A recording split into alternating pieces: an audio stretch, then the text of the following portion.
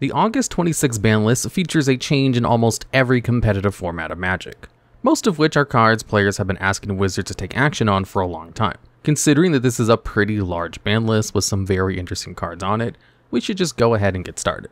The ban announcement starts with some news about when they'll be making ban lists from now on, with the next scheduled one to be on December 16th of this year, and explains that they'll be having the ban list coincide with the regional championships and regional championship qualifiers instead of the release of a new set.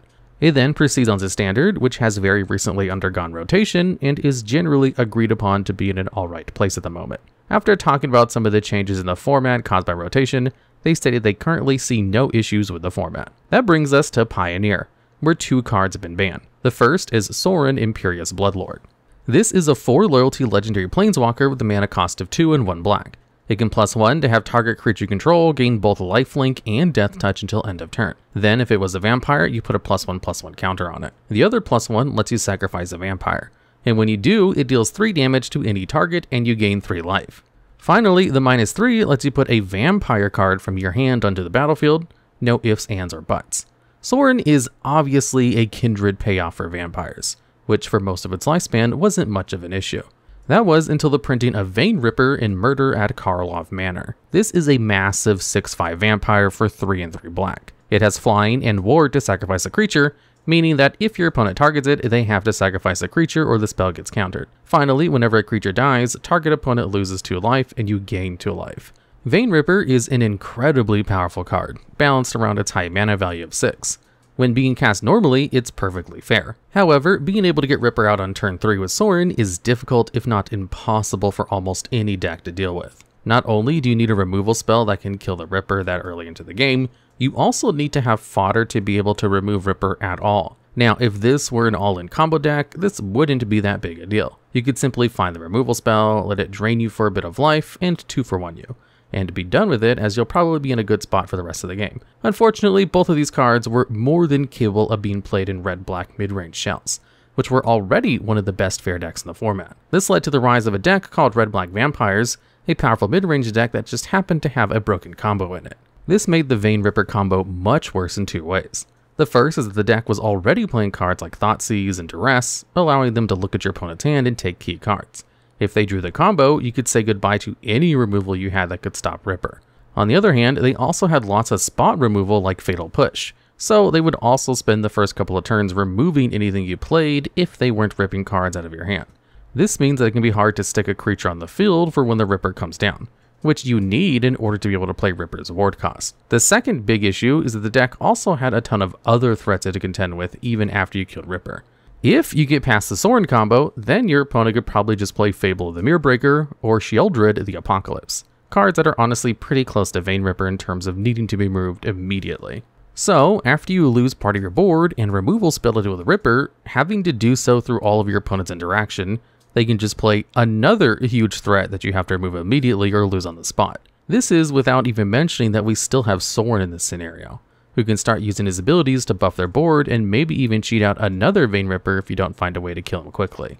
While the deck didn't have many ways to find the combo more quickly, and drawing it was pretty inconsistent, it was essentially just the same Rakdos mid-range deck that had been on top of the meta for months before the combo was released. It just now could also steal games out of nowhere on top of being one of the best decks in the format. This combo had been around for quite a while, around 6 months at the time of banning, and Wizards has seen enough to believe the metagame forces aren't going to curb the deck's dominance over the format. The only question at this point is what to ban, and out of Sorin and Vein Ripper, Sorin is the more problematic card. Being able to cheat out any vampire means that, as soon as another vampire gets printed with a similar impact in the game to Vein Ripper, Sorin could just come back to stealing games again. Wizards usually prefers to ban the enabler in combos and not the payoff, so they've banned Sorin to stop the combo. Black-red midrange will still continue to be good in Pioneer, just now with normal threats and planeswalkers. For the most part, people are on board with this ban. Black-red midrange decks didn't need the help to be competitive, and losing because your opponent opened a cracked hand always feels awful. The second card banned in Pioneer is Amalia Benavides Aguirre. This is a 2/2 legendary vampire scout for 1 white and 1 black. It has ward, pay 3 life, and the ability where, whenever you gain life, Amalia explores. Then, if her power is exactly 20, you destroy all other creatures. To explore, you reveal the top card of your library, and if it's a land, you put it into your hand. Otherwise, you either leave it on top or mill it and put a +1/+1 counter on Amalia. On its own, Amalia is only an average card. It's a good upgrade to a Johnny's Pridemate, but it's nothing ban-worthy. However, Amalia has a very particular interaction with the card Wild Growth Walker. This is a 1/3 for 1/1 green that has the ability where, whenever a creature you control explores, you put a +1/+1 counter on it and gain 3 life. With the two cards next to each other, the combo becomes pretty obvious. You gain life or explore. Then, one of the other two will trigger. If Amalia explores, it will trigger Walker, which will gain you life, causing Amalia to explore again. This will loop over and over until Amalia hits 20 power, which will cause her board wipe ability to trigger and kill the Wild Growth Walker. At this point, you now have a 20 powered creature on board and just killed literally everything else. If Amalia can attack, then that's just game right there. This interaction wasn't just powerful, it was very easy to assemble thanks to the multitude of cards that either search one of the combo pieces or could revive them from the graveyard. Collected Company and Court of Calling could find them from your library, and Return to the Ranks, Extraction Specialists, and Lively Dirge could all reanimate either piece of the combo, or even both in the case of Return and Lively Dirge. You also had cards like Selfless Savior and Selfless Spirit, which could be sacrificed to give your creatures indestructible to save them from removal, which both made the combo harder to stop and caused some problems. You see, the Amalia Wild Growth Walker loop is forced. You can't choose to not trigger the abilities once the loop starts. This normally isn't an issue because Amalia will eventually destroy the Walker and free you from the loop. But if Walker has indestructible and is therefore immune to destruction, the loop will just go on forever. This means that the game will end in a draw as the loop can't stop. This has been used by some opponents to stop Amalia players from being able to kill them on their combo turn. But it can also just be used to draw the game if you're on Amalia and don't think you'll be able to win if you don't combo on that very turn. Essentially, what we have here is a powerful combo deck that's very hard to beat, and also a deck that forces a lot of draws, both on accident and on purpose, which can stall rounds in tournaments. None of this is a great outcome for the game, so Amalia has been on Wizards' chopping block for a while. At this point, Wizards has seen enough to say the combo will not be stopped without intervention, and to ban Amalia. They do state that they have their eyes on a couple of other cards at Pioneer as well. Fable of Mirrorbreaker and Treasure Cruise are independently some of the most powerful cards in the format, and have enabled decks for as long as they've been available. However, after banning two very powerful decks from the format, it's uncertain where the meta will head. So Wizards states they don't want to make any more drastic action in the format until the next ban list at least. So the cards are at least safe until December. Additionally, these exact changes have also gone through in the Explorer format, Magic Arena's version of the Pioneer format, which is similar in terms of metagame, but not identical. All of the cards that allow these combos to work were still on the client, however. And that's it for the Pioneer format. And now we move on to the really juicy part of the ban list announcement with Modern. First off is Nadu Winged Wisdom. Toucan Sam here is a 3/4 for 1/1 green and 1 blue. It has flying in the ability where all creatures you control gain the following ability. Whenever this creature becomes a target of a spell or ability, you reveal the top card of your library. If it's a land, put it onto the battlefield. Otherwise, put it into your hand. This ability triggers only twice per turn. Unfortunately, that last part of the text is a lie. While most would assume that means the ability triggers twice per turn in general, what it actually means is that it triggers twice per turn per creature. Now, this means that Nadu can trigger a lot. But how are you getting all of those triggers? Casting a combat trick for every single trigger doesn't sound all that powerful. That's where Shuko comes in. This is a 1-mana artifact equipment that gets +1/+0 on the equipped creature, but more importantly, costs 0 to activate. This means that you can pay no mana to target something with Shuko's ability, which will trigger Nadu and let you either ramp out a land or draw a card. With these two cards in play, you'll get to do this twice for every creature you have every turn. But we're not done yet. This ability will apply to all of your creatures, no matter when they enter the field. So if you can find a way to make more creatures, you can keep digging through your deck.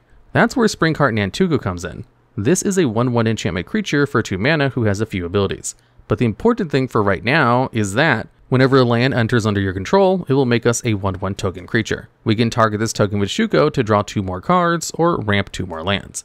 And the odds are we'll find another land to make yet another token. Once you get going, you can probably do this as much as you want. Eventually, you'll find Endurance, Sylvan Safekeeper, and another copy of Springheart Nantuko, and likely have the mana to cast them. Endurance allows you to have target player put all cards in the graveyard on the bottom of their deck when it enters.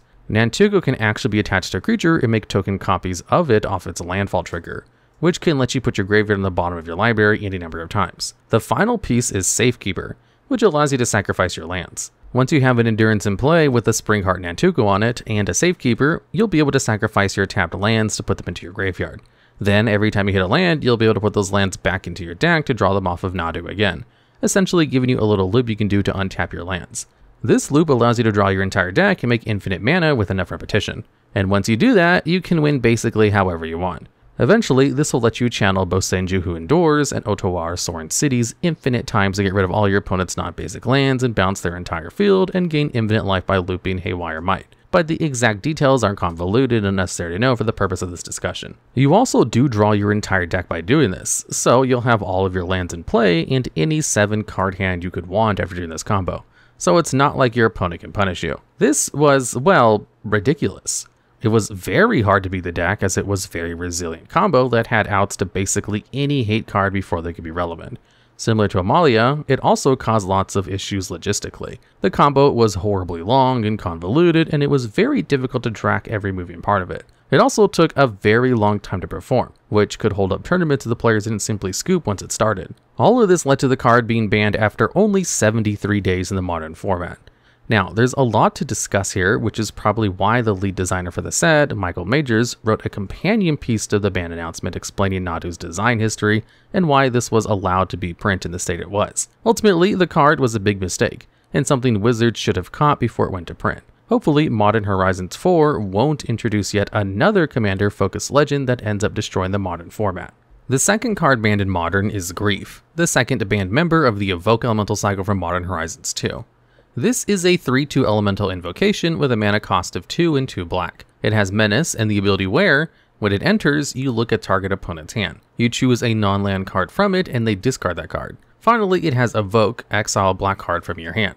This means you can cast it from your hand for this Evoke cost, but you sacrifice it when it enters if you do. On its own, Grief is just a new version of Unmasked that's not actively horrible if you cast it for 4 mana. However, because a Grief is a creature, there are plenty of ways to get around the Evoke trigger entirely. Cards like Ephemerate and Not Dead After All allow you to either flicker Grief or make it so that, whenever it dies this turn, it comes right back to the field. This will not only let you keep the 3/2 with Menace, it will also trigger the hand rip effect a second time, letting you get the 2 best cards out of your opponent's hand on turn 1. This was often lights out in a lot of games. With a 3/2 body on board and your 2 best cards gone, mounting anything resembling a proper game plan was all but impossible. There wasn't even that much counterplay, as this would be happening on turn 1 often before you even got to take a single turn. All of these cards are more than playable even if you didn't draw the entire combo, which led to the creation of a deck called Rakdos Scam. We talked about this deck in the last video we did like this when Fury, Grief's brother, was banned from the format. At the time, Wizards thought that hitting Fury would be enough to stop Scam from being the best deck in the format. However, this proved to be not enough. Grief has been giving modern players grief the entire time since that ban list, and after enough time passed, it was still one of the best decks of the format. Wizards decided it needed to be banned. Grief is also the only card to be banned from the Legacy format in this list. The game plan is largely the same as in Modern, except instead of using Ephemerate and the like, players are cheating Grief back into play with reanimation spells. These cards are much better than their equivalents in Modern, as they can snag any creature card in the graveyard, not just affecting creatures in play. This can let you do things like get back Troll of Khazad-dûm that you cycled on turn 1, or get a huge threat like Archon of Cruelty back that you dumped into the graveyard. This made Grief have a much lower deck building cost in the format, as you could just play it with very powerful cards as opposed to cards that were mostly just medium. This led to a lot of games decided by a turn 1 Grief play, just like in Modern. Grief's hold on the metagame has been growing over time, and with Reanimator decks growing in power with more recent additions, it's slowly proven to be too powerful in the format, so Grief was banned from Legacy as well. Before we go into Vintage, the last format where changes have been made, we need to talk about the Ring in the Room. The One Ring has been a very controversial card as of late, seeing play in either the main board or sideboard of basically every deck in Modern that has any sort of long game. It's even more controversial than the community thanks to being unreasonably expensive and there being issues with being able to reprint the card in the future to meet demand. The article mentions this in the Modern section and says that Wizards wants to wait to take action on the card, which they say fairly frequently whenever they do a ban announcement. Most of the time, Wizards is unlikely to ban more than 2 to 3 cards at once, unless it's a real emergency. The One Ring probably will get hit eventually, as it keeps being a problematic card in the format, but Wizards won't act on that until it's the biggest problem in the format. On to the last format we'll be covering in this video, we have Vintage, where 2 cards have been restricted to 1 copy. The first card to get restricted in the format is Urza Saga. This is a Saga enchantment land with 3 chapters. On Chapter 1, it gains the ability to tap for colorless mana. On Chapter 2, it gains the ability to let you pay 2 and tap it to create a 0/0 artifact creature with the ability where it gets +1/+1 for each artifact you control. Finally, on Chapter 3, it tutors out an artifact with a mana cost of 0 or 1 exactly from your deck and puts it onto the field. Now, Saga is a very powerful card for a number of reasons. Making 2 tokens off the land is extremely powerful, as they can get quite big with just a few artifacts in play. You're going to have a lot of artifacts in play because this is Vintage we're talking about, a format defined by the Moxen and Black Lotus. These are 0 mana artifacts that can be tapped for 1 mana of a specific color that you can tap and sacrifice for 3 mana of any one color, respectively, which is incredibly broken. All of these cards cost 0 as well, so Urza Saga can tutor them out of your deck if you don't open your Lotus. Now, with all of this broken mana acceleration around, you may assume that the best deck in the format would be a combo deck, but this usually hasn't worked out exactly how you might think. The wealth of cards like Force of Will in the game means that all-in combo decks usually aren't that great. Many decks play combos that can win in the game, but their game plans are usually far more flexible and versatile than combo decks in formats like Modern or Pioneer. The card was being combined with Loris of the Dream Den, a powerful companion which can recast your broken artifacts.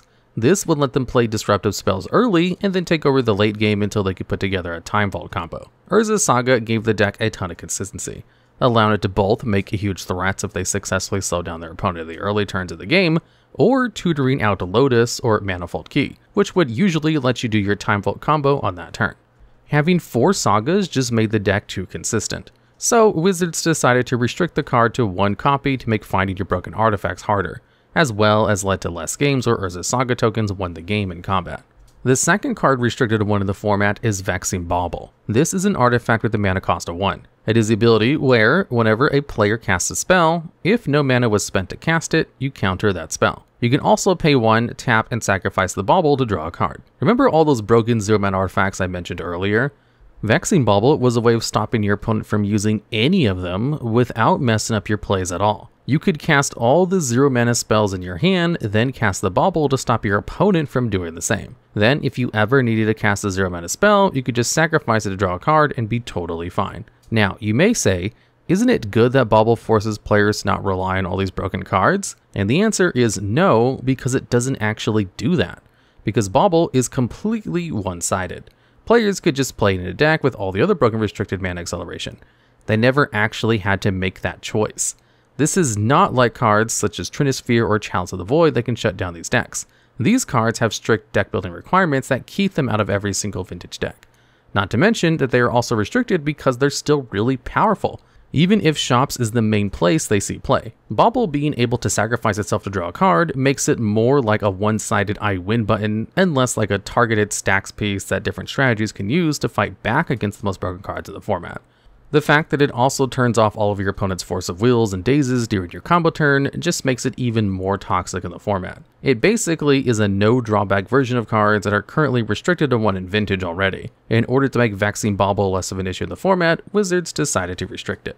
And that's the August 26th ban list, explained quickly and easily for everyone.